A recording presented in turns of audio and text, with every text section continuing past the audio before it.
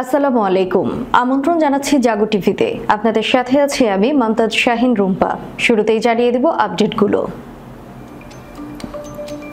কয়েক সপ্তাহের মধ্যে ইসরায়েলের সবচেয়ে বড় হামলা হিজবুল্লাহর। লেবানন থেকে রকেট বৃষ্টিতে কাঁপছে গ্যালিলি। মাটির সাথে মিশে গেল বিমান ও ক্ষেপণাস্ত্র ঘাঁটি। ইরাক হুথি যৌথ মেগা স্ট্রাইক। অসংখ্য ক্রুজ ক্ষেপণাস্ত্রের আঘাতে লেলিহান আগুনে জ্বলছে হাইফা বন্দর। মুহূর্তেই বন্দর জুড়ে মরণ আতঙ্ক। এ যেন মরার উপর খাড়ার ঘা। ফেরার পর আবার যুদ্ধে যেতে রাজি নয় রিজার্ভ সৈন্যরা। এবার সেনা ঘাটতিতে ভুগছে ইসরায়েলি বাহিনী। জয় প্যালেস্টাইন বলাই ওয়াইসির বাসভবনে হামলা। সাঁটানো হলো ইসরায়েলের পোস্টার। সিএনএন-এর জরিপ, প্রথম বিতর্কে ট্রাম্প জয়ী। বিতর্কে হেরে যা বললেন বাইডেন। ইউক্রেনে সেনা পাঠানো নিয়ে ম্যাক্রোকে ডানপন্থী নেতার কঠোর হুঁশিয়ারি। নতুন এক নাটকের পটভূমি। রাওয়ালপিন্ডি কারাগার যেন ইমরান খানের জন্য নতুন এক যুদ্ধক্ষেত্র। শুনছিলেন শিরোনাম, এবারে বিস্তারিত। কয়েক সপ্তাহের মধ্যে ইসরায়েলের সবচেয়ে বড় প্রতিশোধ হামলা চালিয়েছে হিজবুল্লাহ। লেবানন থেকে রকেট বৃষ্টিতে কেঁপে উঠেছে গ্যালিলি অঞ্চল। হিজবুল্লাহর নজিরবিহীন হামলায় মাটির সাথে মিশে গেছে হায়েনাদের বিমান এবং ক্ষেপণাস্ত্র প্রতিরক্ষা ঘাঁটি।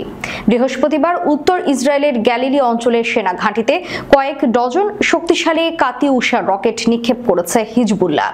ইসরায়েলি সেনাবাহিনীর মতে হামলায় প্রায় 40টি রকেট ছোড়া হয়েছিল এবং এর মধ্যে কয়েকটি আয়রন ডোম এয়ার ডিফেন্স সিস্টেম দ্বারা রুখে দিতে সমর্থ হয়েছে তারা। যদিও হিজবুল্লাহর ভাষ্য অনুযায়ী তারা মুহুর্মুহু রকেট হামলা করেছে এবং আয়রন ডোমকে আবারও অকার্যকর প্রমাণ করেছে। টাইমস অফ ইসরায়েল জানায় রকেট হামলায় ওই অঞ্চলের সেনা সরঞ্জাম এবং সম্পত্তির ব্যাপক ক্ষতি হয়েছে। হামলার ফলে আগুনে লেলিহান শিখা মুহূর্তের মধ্যে চারিদিকে ছড়িয়ে পড়েছে বলে জানায় দেশটির ফায়ার অ্যান্ড রেস্কিউ সার্ভিস। দক্ষিণ লেবাননের নাবাতিয়ে এবং শহমরে সাম্প্রতিক ইসরায়েলি হামলা 4 হিজবুল্লাহ সদস্যকে হত্যার প্রতিশোধ নিতেই এই হামলা চালানো হয়েছে বলে জানায় হিজবুল্লাহ। ইসরায়েলের প্রধান বিমান ও ক্ষেপণাস্ত্র প্রতিরক্ষা ঘাঁটিতে চালানো এই হামলায় কাতিউষা রকেট ব্যবহার করা হয়েছে। বৃহস্পতিবার আইডিএফ লেবাননের আত্তিরি এলাকায় হামলা চালালে 2 হিজবুল্লাহ কর্মী নিহত হয়। এর কঠোর জবাব দিতে এক মুহূর্ত দেরি করেনি হিজবুল্লাহ। তারা পশ্চিম গ্যালিলির ব্রেশি হানিয়া নৌঘাঁটি লক্ষ্য করে ব্যাপক হামলা চালায়। তারপরে আবার হায়নাদের দম নেয়ার ফুরসত না দিয়ে সেনা ঘাঁটিতে শক্তিশালী কাতিউষা রকেট বর্ষণ করে। এই হামলায় ব্যাপক ক্ষয়ক্ষতির কথা স্বীকার করেছে আইডিএফ। ইসরায়েল ও হিজবুল্লাহর মধ্যে সর্বাত্মক যুদ্ধের আশঙ্কা সাম্প্রতিক সপ্তাহগুলোতে বেড়েছে। উভয় পক্ষের মধ্যে হুমকি তীব্র হয়েছে। গত 7 অক্টোবর থেকে গাজা উপত্যকায় ইসরায়েলি নৃশংস অভিযান শুরু হওয়ার পর থেকে নিয়মিত আন্তঃসীমান্ত গোলা বিনিময় চলছে। সম্প্রতি ইসরায়েলি প্রতিরক্ষা মন্ত্রী ইয়োভ গালান্ত ওয়াশিংটন সফরকালে জানিয়েছেন তার দেশ লেবাননে যুদ্ধ চায় না, তবে কূটনীতিক প্রচেষ্টা ব্যর্থ হলে হিজবুল্লাহর উপর ধ্বংসযজ্ঞ চালানো হবে। এদিকে ইরাকি ও হুথি যোদ্ধারা এক যৌথ মেগা স্ট্রাইক চালিয়েছে। এই হামলায় অসংখ্য ক্রুজ ক্ষেপণাস্ত্র ব্যবহার করা হয়েছে, যার আঘাতে লেলিহান আগুনে জ্বলছে অভিশপ্ত হায়নাদের হাইফা বন্দর। ইয়েমেনের হুথি বিদ্রোহী এবং ইরাকের ইসলামিক রেজিস্ট্যান্স আর্মি নতুন করে যৌথভাবে ইসরায়েলের উপর ভয়ানক হামলার কথা জানিয়েছে। ইরানপন্থী দুটি গোষ্ঠী উত্তর ইসরায়েলের সবচেয়ে গুরুত্বপূর্ণ হাইফা বন্দরকে লক্ষ্য হিসেবে স্থির করে। ইরানের প্রক্সি গ্রুপের পাল্টা আক্রমণের মধ্যে হাইফা বন্দরে মুহূর্তের মধ্যে আতঙ্ক ছড়িয়ে পড়ে।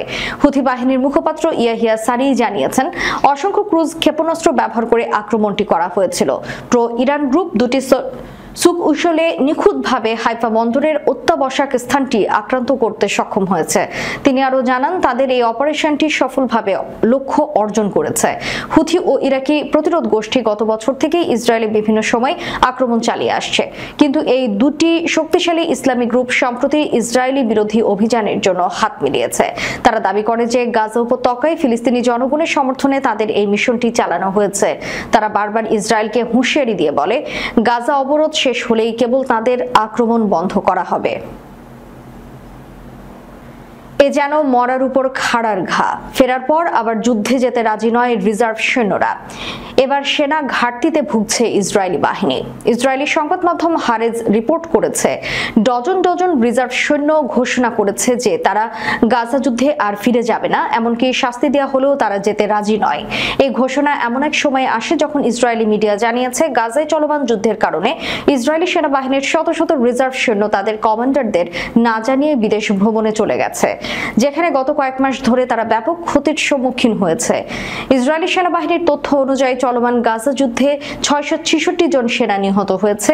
তাদের মধ্যে 27 অক্টোবর স্থল আক্রমণে 314 জন নিহত হয়েছে। এছাড়া এই যুদ্ধে 3922 সেনা আহত হয়েছে, যদিও হামাসের দাবি এই সংখ্যাটা কয়েক হাজার।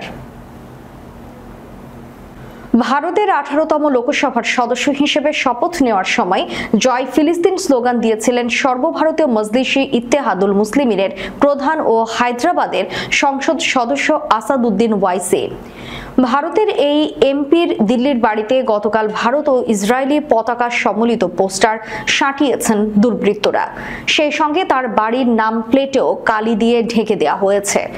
ভারতীয় সংবাদ মাধ্যম ইন্ডিয়া টুডের প্রতিবেদনে এই তথ্য জানানো হয়। এবার তার বাসভবনের নামফলকে কালি লাগানোর অভিযোগ উঠল। এছাড়াও তার বাড়ির দেওয়ালে কিছু পোস্টার লাগানো হয়েছে, যাতে লেখা রয়েছে ভারত মাতা কি জয়। বৃহস্পতিবার রাতে ওয়াইসির দিল্লির বাসভবনে এই ঘটনা ঘটে। এমন ঘটনায় নিজের ও পরিবারের নিরাপত্তা নিয়ে প্রশ্ন তোলার পাশাপাশি পুলিশের ভূমিকা নিয়েও প্রশ্ন তুলেছেন সংসদ সদস্য আসাদুদ্দিন ওয়াইসি।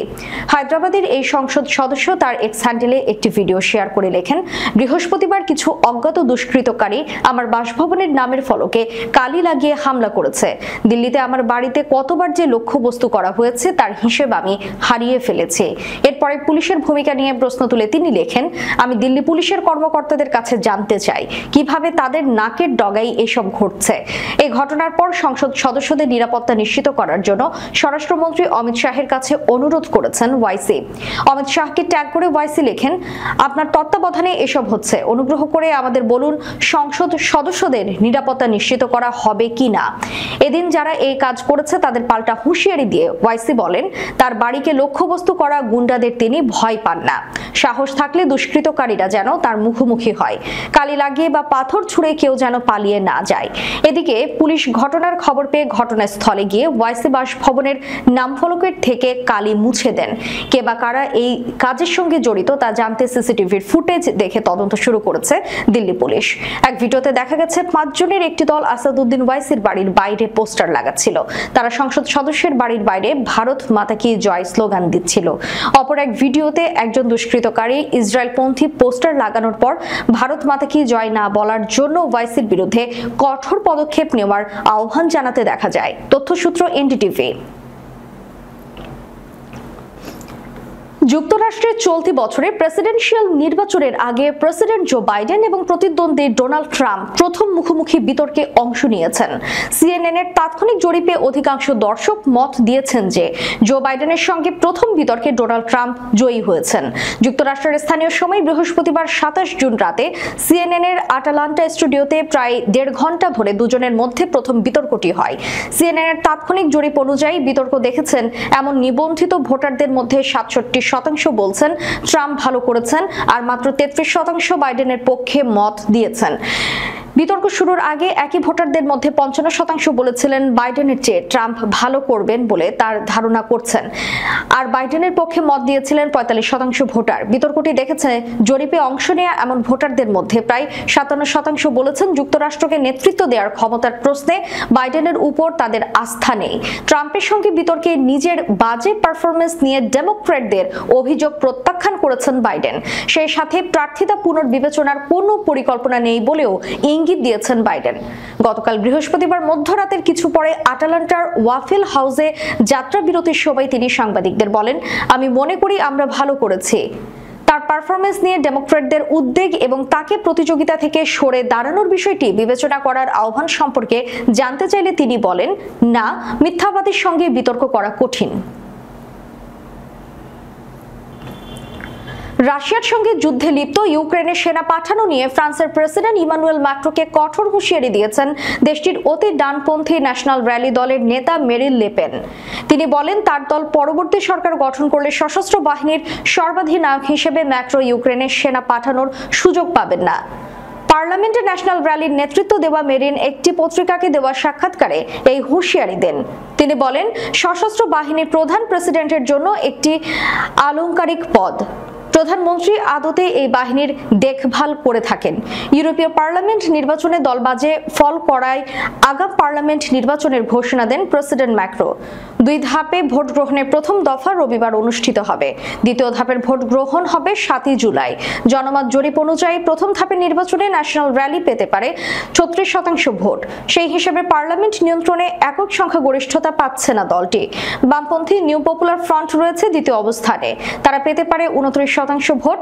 ম্যাক্রোর এনসাম্বল অ্যালায়েন্স পেতে পারে 19.5%। এদিকে পাকিস্তানের রাজনীতিতে নতুন এক নাটকের পটভূমি তৈরি হলো রাওয়ালপিন্ডি কেন্দ্রীয় কারাগারকে কেন্দ্র করে। কারাগারটি গোয়েন্দা সংস্থার কর্মকর্তাদের দ্বারা নিয়ন্ত্রিত হওয়ায় অভিযোগ তুলে ইসলামাবাদ হাইকোর্টকে বিচারিক হস্তক্ষেপের আহ্বান জানিয়েছেন কারাবন্দী প্রাক্তন প্রধানমন্ত্রী ইমরান খান। আইনজীবী শোয়েব শাহিনের মাধ্যমে দায়ের করা আবেদনে ইমরান দাবি করেছেন, আইএসআই এর একজন কর্নেল এবং একজন মেজর তার বিরুদ্ধে অসৎ উদ্দেশ্য প্রণোদিতভাবে কারা কর্তৃপক্ষের উপর প্রভাব খাটাচ্ছেন। এর ফলে আদালতের স্পষ্ট নির্দেশ থাকা সত্ত্বেও তাকে পিটিআই নেতাদের সঙ্গে সাক্ষাৎ করতে দেওয়া হচ্ছে না। এমনকি আইনজীবীদের সঙ্গেও তার সাক্ষাৎকারের ক্ষেত্রে বাধার সৃষ্টি করা হচ্ছে।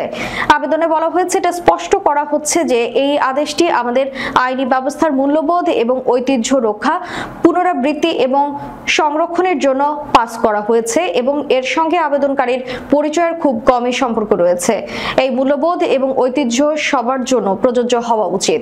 আবেদনকারী যেই হোক না কেন, তবে এটা বলার অপেক্ষা রাখে না যে যখন বন্দী ব্যক্তি শুধুমাত্র একজন জনপ্রিয় রাজনৈতিক নেতা নয়, বরং জাতির সর্বোচ্চ নির্বাহী পদের প্রাক্তন ধারকও হন, তখন এসব বিষয় আরো বেশি গুরুত্বপূর্ণ হয়ে ওঠে। আবেদনকারী আরো বলেন, জাতীয় জবাবদিহিতা অধ্যাদেশ আইনে সংশোধন সংক্রান্ত একটি আপিলের শুনানির সময় পাকিস্তানের সুপ্রিম কোর্ট স্বীকার করেছে যে পিটিআই এবং আবেদনকারীর প্রতি জনগণের ব্যাপক সমর্থন রয়েছে। শীর্ষ আদালত দলটিকে জনগণের দুর্ভোগ লাঘবে তাদের গুরুত্বপূর্ণ ভূমিকা পালন করার সুযোগ দিতে রাজনৈতিক সংলাপের পরামর্শ দিয়েছেন। দর্শক, শেষ করার পূর্বে সংবাদ শিরোনামগুলো জানিয়ে দিব আরো একবার। কয়েক সপ্তাহের মধ্যে ইসরায়েলের সবচেয়ে বড় হামলা হিজবুল্লাহর। লেবানন থেকে রকেট বৃষ্টিতে কাঁপছে গ্যালিলি, মাটির সাথে মিশে গেল বিমান ও ক্ষেপণাস্ত্র ঘাঁটি। ইরাক হুথি যৌথ মেগা স্ট্রাইক, অসংখ্য ক্রুজ ক্ষেপণাস্ত্রের আঘাতে লেলিহান আগুনে জ্বলছে হাইফা বন্দর, মুহূর্তেই বন্দর জুড়ে মরণ আতঙ্ক। এ যেন মরার উপর খাড়ার ঘা, ফেরার পর আবার যুদ্ধে যেতে রাজি নয় রিজার্ভ সৈন্যরা। এবার সেনা ঘাটতিতে ভুগছে ইসরায়েলি বাহিনী।